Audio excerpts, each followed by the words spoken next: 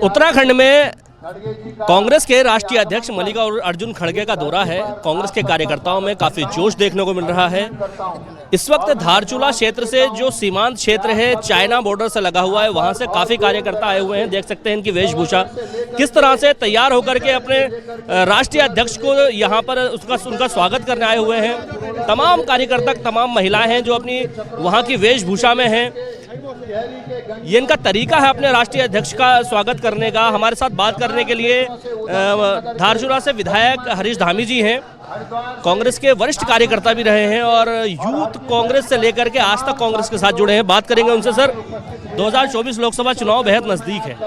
मल्लिकार्जुन खड़गे का ये दौरा कितना महत्वपूर्ण रहेगा आपके लिए 2024 को लेकर के?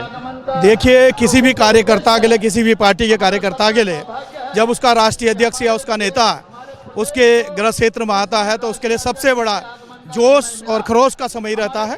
और ये हमारा सौभाग्य है कि हमारे राष्ट्रीय अध्यक्ष जी पहली बार राष्ट्रीय अध्यक्ष बनने के बाद उत्तराखंड में आ रहे हैं। तो आप जोश और जज्बा देख सकते हैं।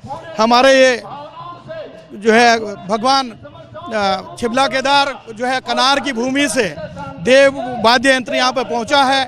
हमारे रंग कम्युनिटी से जो है, हमारे रंग जनजाति की जो है हमारी मातृशक्ति अपने ट्रेडिशनल ड्रेस में है। वहीं दूसरी तरफ हमारे अन्वाल जो जाति है उस क्षेत्र के, हमारी वो मातृशक्ति, हमारी वो बहन है, वहाँ के ट्रेडिशनल ड्रेस में है। तो निश्चित तौर पे कांग्रेस के हर एक कार्यकर्ता पे जो है एक जज्बा और जोश है।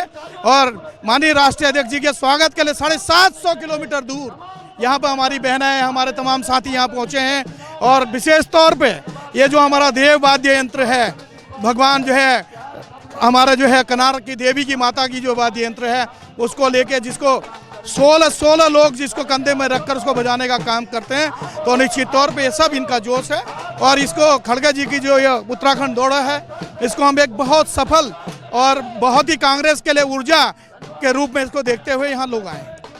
2024 लोकसभा चुनाव में कई लोग अपनी दावेदारी कर रहे हैं। माना जा रहा है कि हरीश धामी भी अपनी दावेदारी करेंगे। तो हरीश धामी कहां से चुनाव लड़ना चाहते हैं? देखिए, सीधी सी बात है, मैं जिस क्षेत्र पे नेतृत्व करता हूं, जहां का मैं सेवा करता हूं, वो क्षेत्र आरक्षण पे है।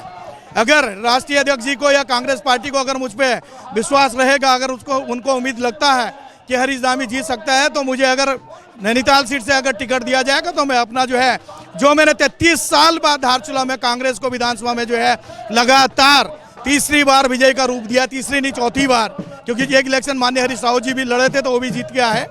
तो मैं उसको जो है हार को जो है विजय में परिवर्तित करना जो है मैं जानता हूं और मैं करके दिखाऊंगा।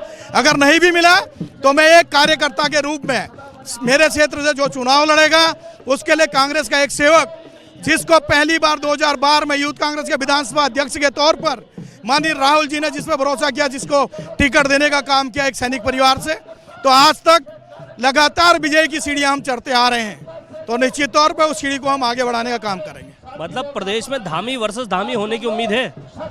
देखिए, मैं किसी बात पे टिप्पणी नहीं करता, लेकिन जब अवसर आएगा तो सीधे तौर पर मैं कह सकता हूं कि मैं भी एक सैनिक का बेटा हूं। 1971 के वार इंजरी रहे सैनिक का बेटा हूं। तो निश्चित तौर पे मैं उत्तराखंड में कांग्रेस को आगे बढ़ाने का काम कर सकता हूं। हमारे साथ बात करने के लिए हरीश धामी थे, धारचूला से विधायक हैं। अपनी दावेदारी इन्होंने नैनीताल लोकसभा सीट से की है। अब देखने वाली बात यह होगी कि कांग्रेस इन पर भरोसा जताती है या नहीं। Danish Khan, ABP live, Dehradun.